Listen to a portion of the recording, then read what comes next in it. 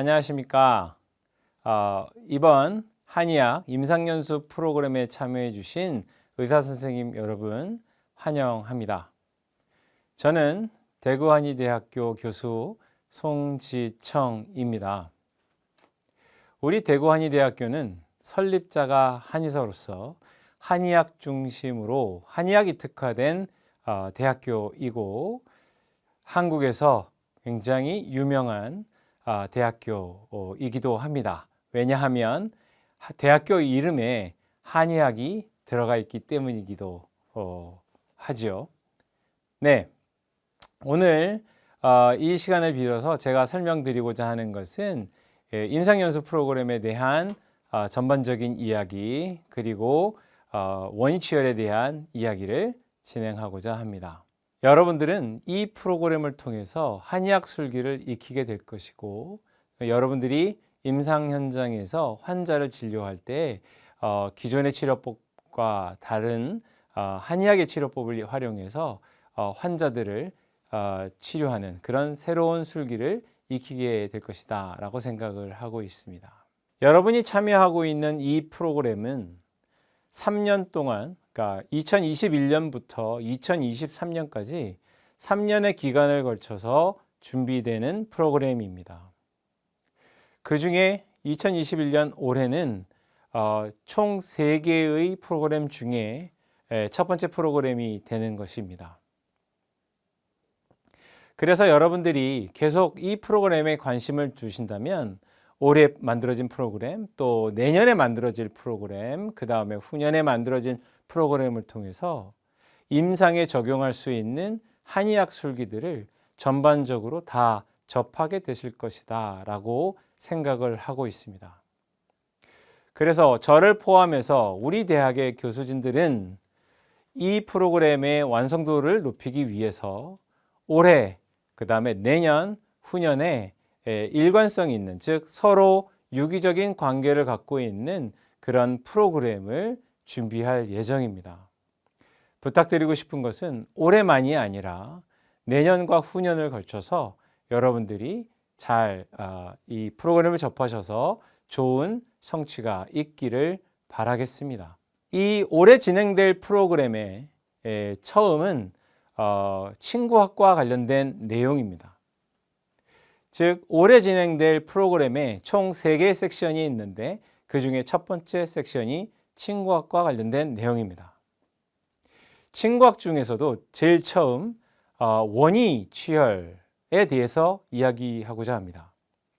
원위치열이라는 것은 병소, 즉 아픈 곳이 있고 그 아픈 곳에 직접 침을 치료해서 보통 우리가 근육통이라든지 관절의 통증이라든지 인체의 통증이 있는 경우에 그 아픈 곳에 침을 치료해서 침을 자침해서 치료하는 것들이 굉장히 일반적이기는 합니다만 이거는 아픈 곳을 치료하는 거기 때문에 그렇게 복잡하지 않습니다. 근육에 대해서 이해를 하거나 관절에 대해서 이해를 하면 쉽게 시행할 수 있는 치료 기술이기 때문입니다. 하지만 저희가 이야기하고자 하는 것은 원위치열법입니다. 원위치열법은 병소하고 가깝지 않은, 즉 병소에서 가장 먼 특히 손이나 발끝에 있는 경혈들을 이용해서 치료하는 방법입니다. 침을 이용을 해서 치료를 한다는 것은 인체의 기를 순환시켜서 인체의 기를 전신에 잘 돌아가도록 해서 치료하는 방법입니다. 그렇기 때문에 흐름이 굉장히 중요한데요. 이 흐름을 원활하게 하는 것은 아픈 부위 치료도 필요하지만 먼 곳에서 더 근원적으로 기의 흐름을 개선시키는 것으로 해서 치료할 수 있기 때문에 원위치열도 또한 중요하다 말씀드릴 수 있겠습니다. 또 아까 말씀드렸듯이 이 원위치열을 이용하기 위해서는 사지에, 즉 손과 발에 또는 팔과 다리에 분포되어 있는 경혈을 이해하는 것이 굉장히 중요합니다. 또한 말단 부위인 얼굴에 위치한 경혈을 익히는 것도 중요하다라고 말씀드릴 수 있습니다. 그래서 이 첫 번째 세션에 있는 친구학 분야에서 오행혈이라고 하는, 즉 한의학에서 음양 오행 중에 오행사상을 기반으로 만들어진 그런 것으로, 그러니까 오행의 관계를 통해서 경혈의 관계를 설명하고 있는 오행혈에 대해서 집중적으로 이야기가 될 예정입니다.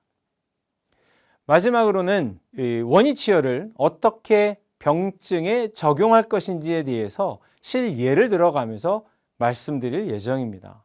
요통이라든지 두통이라든지 또 어깨의 통증 등등과 같이 주로 통증이 되겠습니다만, 이런 질병의 위치에서 멀리 떨어진 곳에 있는, 그 중에서도 팔다리에 분포된 경혈들을 이용해서 치료하는 방법에 대해서 설명하고자 합니다. 두 번째 섹션은 한국에서 활용되고 있는 전통의학과 관련된, 한의학과 관련된 기기장치들에 대한 설명입니다. 그 중에 첫 번째로는 뜸이라는 것이 있습니다. 전통의학에는 뜸을 이용해서 치료를 하기도 합니다. 즉, 쑥을 이용해서 특정한 형태를 만들어진 뜸 위에 불을 붙여서 온열 자극을 주는 치료법인데요. 장점도 있지만 화상의 위험이라든지 또는 연소가 될 때 나타나는 미세먼지라든지 이런 것들로 인해서 불편한 점도 있습니다. 그걸 개선하기 위해서 개발이 된 장치가 바로 전자뜸입니다. 이 전자뜸을 직접 만드신 분이 이 프로그램에 참여하셔서 이 뜸을 간략하게 설명하고, 전자뜸을 간략하게 설명하고 이것을 임상 현장에서 어떻게 적용할 것인지에 대해서 충분히 설명을 드릴 예정입니다. 두 번째는 맥진기입니다. 전통의학에서 진단 방법으로서 맥진이라는 것이 있습니다. 손목에 요동치는, 박동을 하는 요골동맥을 손가락으로 촉지해서 그 변화에 따라서 진단을 하는 방법인데요.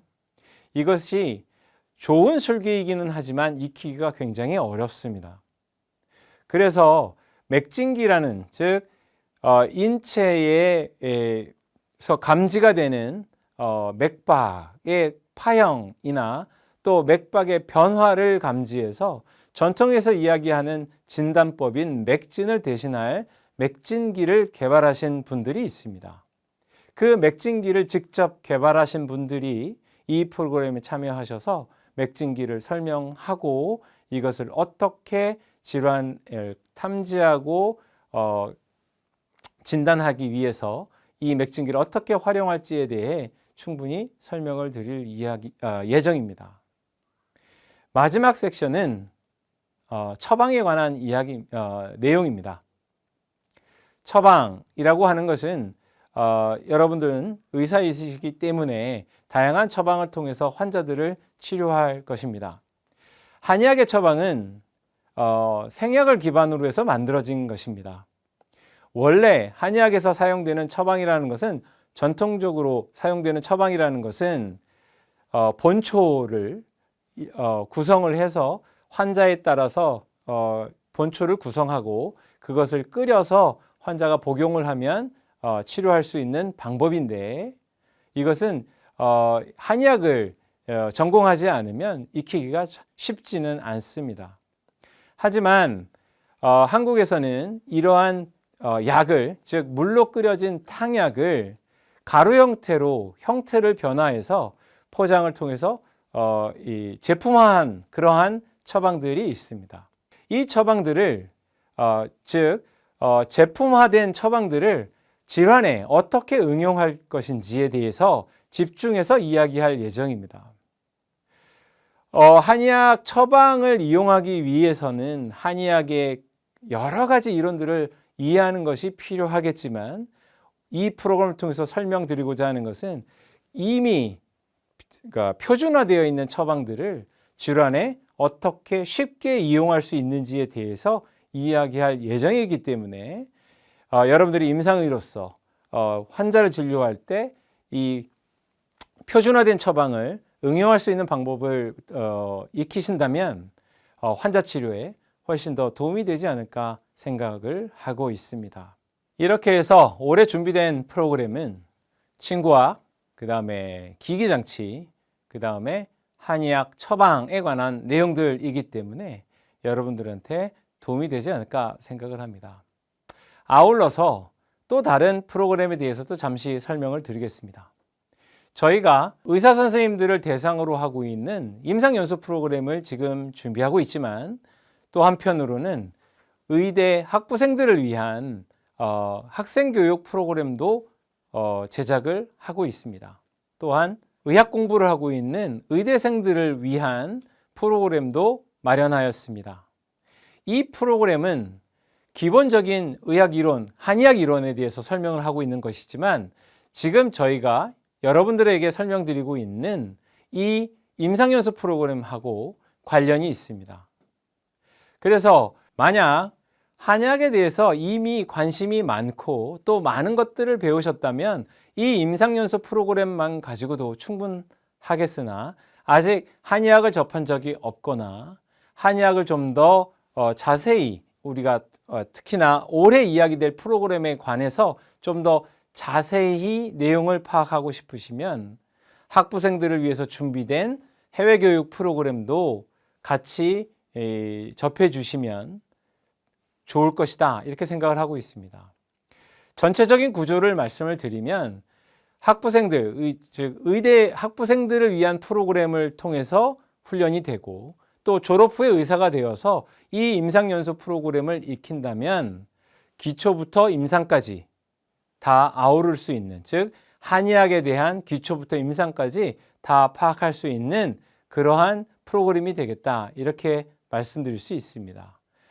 한의학의 친구, 경혈, 또 본초에 대해서 기초부터 임상까지 모두 이해할 수 있는 그런 프로그램을 준비하였다는 것을 말씀을 드리는 것입니다.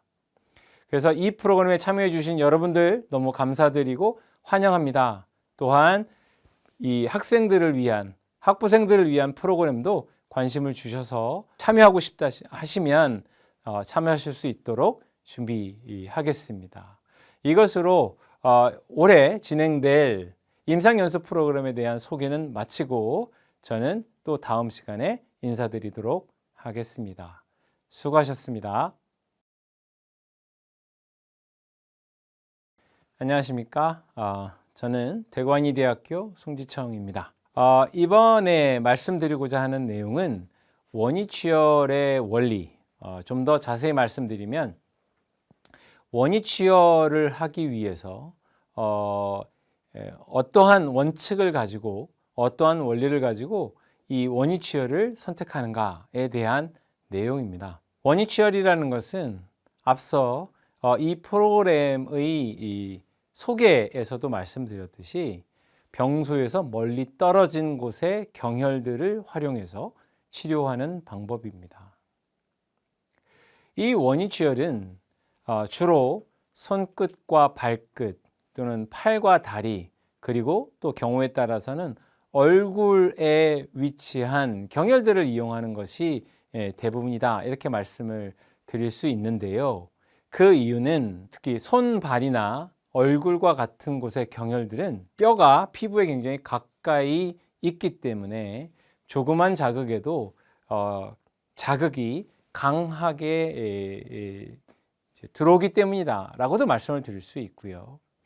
또 한의학 이론으로는 전신에 기가 흘러다니는 곳을 자극할 때에 몸통에 있는 혈보다 손, 발, 그 다음에 얼굴에 있는 경혈들을 자극할 때 훨씬 더 기순환을 촉진시킬 수 있다라고 생각하고 있기 때문입니다. 그래서 이 원위치열을 활용한 이 치료법들은 임상에서 굉장히 잘 응용이 되고 있는데요.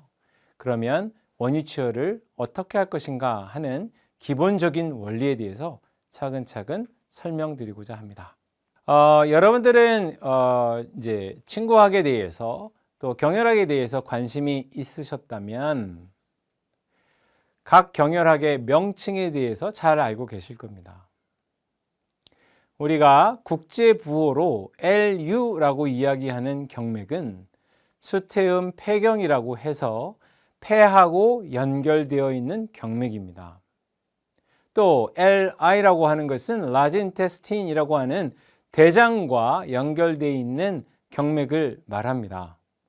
총 12개의 경맥이 존재하는데요. 이 경맥은 다 소속된 장부가 있습니다. 그래서 원위치열을 할 때 첫 번째 원칙으로 장부와 경맥의 관계를 활용하는 것입니다. 예를 들어서 복통이 있다라고 생각을 해보면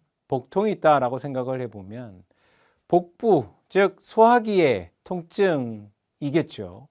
소화기 통증이라고 하면 위의 경련이라든지 또는 다양한 원인으로 인해서 복부가 아플 때에 얘는 위하고 관련된 것이다 라고 생각이 들면 복부에다 침을 놓는 것도 방법이겠습니다만 위와 관련이 있는 경맥인 즉 ST 그 다음에 한의학에서는 족양명 위경이라고 하는 경맥을 자극하는 겁니다. 족양명 위경은 분포가 얼굴에서부터 시작을 해서 복부 근처를 지나가서 이 무릎을 지나서 발등으로 해서 두 번째 발가락으로 이어지는 경맥입니다. 그래서 두 번째, 그러니까 발등이나 무릎 아래 어디쯤이나 물론 이 수업을 통해서 이 프로그램을 통해서 자세히 설명을 하겠습니다만 족양명 위경에 있는 특정 경혈들을 활용을 해서 자극을 주면 위에 있는 통증이 내려간다라고 하는 것입니다. 이것이 장부 관계를 통해서 경맥을 활용해서 치료하는 것입니다. 원위치열이라는 거죠. 장부의 문제를 손과 발에 분포되어 있는 경혈들을 자극해서 치료하는 것입니다. 최근에 발표된 논문들에 따르면 이런 경우도 있습니다. 관상동맥 질환으로 해서 심장의 통증을 느낄 때 수소음신경, 즉 HT로 국제부호되어 있는 수소음신경의 경혈을 자극을 해서 이 관상동맥 질환을 완화시키거나 관상동맥의 통증을 줄이는 그러한 연구 논문들도 발표된 바가 있습니다. 이것도 역시 원위치열의 한 예가 될 수 있습니다. 이렇듯 한의학에서 장부의 문제는 물론 약물을 복용을 해서 그 장부에 영향을 미치는 본초, 방제, 처방을 복용을 해서 치료할 수도 있겠습니다만 친구 치료를 할 때 그 장부와 연결되어 있는 경락, 그 중에서도 손과 발에 분포되어 있는 경맥을 통해서 치료를 할 수 있기 때문에 첫 번째로 원위치열의 원리, 첫 번째로 경맥과 장부의 관계에 대해서 이야기를 하였습니다. 학생들을 위한 국제교육 프로그램에는 이 경맥의 유주와 또 경맥에 분포된 경혈에 대한 치혈법을 자세히 설명을 하고 있습니다. 그래서 그것만 익히더라도 장부에 문제가 있는 것을 원위치열을 통해서 치료할 수 있겠다. 이렇게 설명을 드립니다. 두 번째 원리는 경맥과 손발의 관계를 통해서 원위치열을 하는 것입니다. 지금 제 슬라이드에서 보시듯이 경맥의 이름과 그 다음에 손과 발이라는 키워드를 드렸는데요. 다음 슬라이드를 통해서 설명을 드리겠습니다. 이 슬라이드를 자세히 보시면 푸른색 글씨와 붉은색 글씨로 나뉘어져 있는 것을 알 수 있습니다. 붉은색 글씨는 우리가 양에서 양의 속성을 가지고 있는 경맥을 표시한 것이고요. 파란색 글씨는 양에서 음에 해당되는 경맥을 표시한 것입니다. 여러분들은 국제부호인 경맥의 명칭을 국제부호의 명칭으로만 알고 계실 가능성이 큽니다만 이 원래 가지고 있는 전체 명칭, 경맥의 명칭을 알고 있으면 원위치열에 굉장히 도움이 된다 이렇게 말씀을 드릴 수 있습니다. 왜냐하면 이 명칭을 자세히 보시면 처음 시작이 SU라고 하는 글자로 되어 있고 발음은 저희가 한국어 발음으로는 수인데요. 수로 시작되는 경맥이 위에 두 줄, 그 다음에 JOK로 해서 족이라고 발음되는 경맥, 그러니까 족이라고 발음되는 것으로 시작되는 경맥 6개는 아래 두 줄에 배치되어 있습니다. 그리고 수와 족을 뺀 나머지 문자들을 자세히 보시면 파란색은 파란색끼리, 붉은색은 붉은색끼리 동일하다라는 것도 여러분들이 아실 수 있습니다. 즉, 왼쪽 제일 위에 있는 수태음과 왼쪽 제일 아래에 있는 족태음은 수와 족이 다를 뿐 태음과 태음으로 동일한 명칭을 갖고 있다, 이렇게 말씀을 드릴 수 있는데요. 아까 먼저 슬라이드에서 수는 손을 의미하고 족은 발을 의미한다 라고 말씀을 드렸는데, 여기에서 수와 족은 바로 그 의미입니다. 따라서 원위치어를 할 때 어떤 식으로 하냐면, 수태음 경맥에 어떤 문제가 있다 라고 하면 족태음 경맥에서 경혈을 치혈을 하는 겁니다. 그러면 하나는 문제가 손에 있고 치혈은 다리에서 하는 것이기 때문에, 발에서 하는 것이기 때문에 어떻게 되겠습니까? 먼 곳에서 치혈하는 결과를 낳겠죠. 자, 손과 발이라고 표현을 했지만 좀 더 확장을 하면 팔과 다리가 될 수도 있겠습니다. 그래서 수태음 폐경에, 즉 LU 경맥, LU라고 하는 수태음 폐경에 어떤 문제가 있으면 족태음 비경, 즉 SP로 언급되고 있는 족태음 비경의 경혈을 이용을 해서 치료할 수 있다라는 것입니다. 한의학에 병이 위에 있으면 아래에 경혈을 취한다. 또 병이 아래에 있으면 위에 있는 경혈을 취한다 라고 하는 말이 있는데요. 바로 이 내용을 이야기하는 것입니다. 즉, 수하고 관련된 경맥은 인체 상부에 있기 때문에, 또 족이라고 명칭된 경맥은 인체 하부인 다리에 위치하고 있기 때문에 족이라고 표현돼. 즉, 다리와 같이 하부에 있는 질환에는 수라고 표현된 상부에 있는 경맥을 이용해서 치료를 한다라는 것입니다. 그래서 제일 윗줄에 분포된 경맥과 관련된 질환들은 경혈을 치료할 때 제일 아래쪽 파란색 경맥의 이 경혈들을 이용해서 치료한다라는 것인데요. 바로 수족이라는 것을 제외한 나머지 이름이 똑같기 때문입니다. 그러면 붉은색으로 표시된 것도 마찬가지겠죠. 마찬가지입니다. 역시 수와 족만 다를 뿐 붉은색 2개씩 이루어진 경맥은 다 같은 이름을 가지고 있기 때문에 위에서 문제가 있으면 아래의 경혈을 치료하고 아래의 경혈이 문제가 있으면 위의 경혈을 치료한다. 이렇게 말씀드릴 수 있겠습니다. 예를 들면 이런 내용들입니다. 이 손바닥의 한쪽 면은 이 표에서 보듯이 제일 가운데 위에 있는 수소음 심경이 지배하는 곳입니다. 여기에 손바닥에 경혈들이 존재하겠죠. 근데 발바닥은 파란색 제일 아래, 가운데 제일 아래에 있는 파란색 글씨로 표시된 족소음 신경의 경맥이 지배되는 곳입니다. 우리가 환자들을 치료하다 보면 발바닥이 아프다 또는 발바닥에 열이 난다와 같이 발바닥의 통증이나 비이상적 감각에 대해서 호소를 하는 경우들이 있습니다. 근데 발바닥은 말씀드렸듯이 족소음 경맥, 즉 KI 경맥이 지나가는 곳이기 때문에 이것을 치료할 때에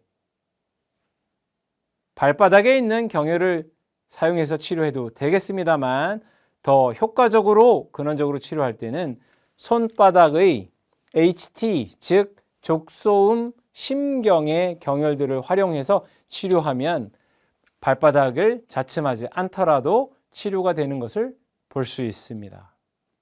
또 손목의 통증 중에 손목의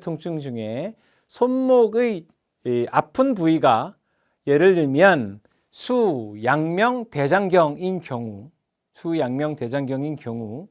취혈을, 즉 이 손목의 통증을 치료하기 위해서 족양명경의 경혈을 치료한다라는 것이죠. 수양명경에 해당되는 손목 부위의 통증을 발목 부위의 족양명경에 얹어져 있는 경혈을 이용해서 치료한다라고 하는 방법입니다.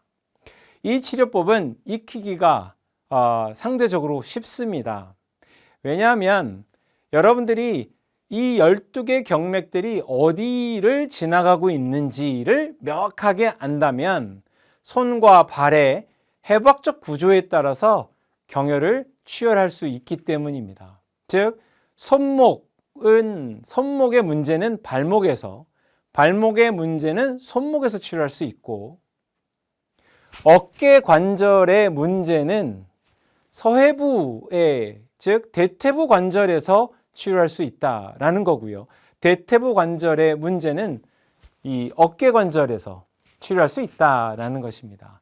다만 주의할 것은 아까 한의학에서 위의 병은 아래의 경혈을 택하고 아래의 병은 위의 경혈에서 택한다라는 말과 더불어 왼쪽의 병은 오른쪽에서 취하고 오른쪽의 병은 왼쪽에서 취한다라는 말도 있어서 왼쪽 손목이 아프면 오른쪽 발목에서 치료를 하게 되는데, 손목을 지나가는 경맥이 무엇인가에 따라서 발목을 지나가는 경맥 중에 같은 이름을 가지고 있는 경맥의 경혈을 치유하면 치료가 잘 된다라고 말씀을 드리는 것입니다.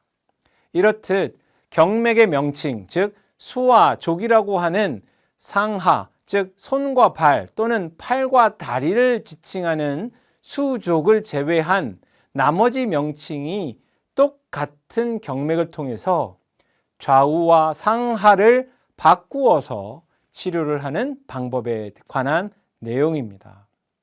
유주만 잘 알고 있으면, 즉 이 경맥들이 어디에 분포되어 있는지만 잘 알고 있으면 팔과 다리, 통증과 감각 이상 등 다양한 질환들을 치료하는데 굉장히 효과적이고 또 쉽게 이해할 수 있는, 또 쉽게 터득할 수 있는 그런 원리들이 있는 것이다 라고 설명을 드리겠습니다. 그래서 여러분들은 이 경맥들이 인체에 어디에 분포되어야 되는지, 어디에 분포하고 있는지를 잘 아셔야 한다라는 겁니다. 마지막입니다. 마지막은 경맥의 이름과 음양의 속성을 가지고 원위치열하는 방법입니다. 이 말만 들으시면 앞서 내용하고 크게 다르지 않을 텐데 라고 이야기를 하실 수도 있겠는데요. 앞서서는 경맥의 명칭과 수, 족이라고 하는 팔과 다리를 중심으로 이해를 했다면, 이 세 번째 원리는 경맥이 전체적으로 흐르고 있고, 경맥이 흐르면서 양맥은 양맥끼리, 양경맥은 양경맥끼리, 음경맥은 음경맥끼리 이어진 부분이 있으며 그 이어진 구조를 통해서 원위치열하는 것이다, 이렇게 말씀드릴 수 있습니다. 조금 더 화려해졌습니다. 앞서 봤던 12경맥의 명칭들이 역시 적혀져 있습니다만 가운데 붉은색으로 표시된 것은 변화가 없고요.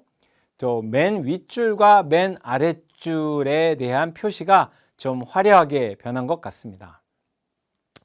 우리가 앞서서는 왼쪽 제일 위에 있는 수태음과 제일 아래에 있는 족태음이 서로 연관이 있다라고 얘기를 했는데요. 여기서는 어떻게 이야기가 되는 것이냐면, 수태음과 족태음은 태음과 태음끼리 같은 것이기 때문에 영향을 미치지만 실제로는 직접 연결되어 있지 않다. 족태음과 음끼리, 그러니까 음맥과 음맥끼리, 또 가운데 붉은색은 양경맥끼리의 관계이기 때문에 음경과 음경이 연결되는 것으로서 본다면 족태음 비경은 저 가운데 제일 위에 있는 수소음 심경과 연결이 된다라는 것이죠.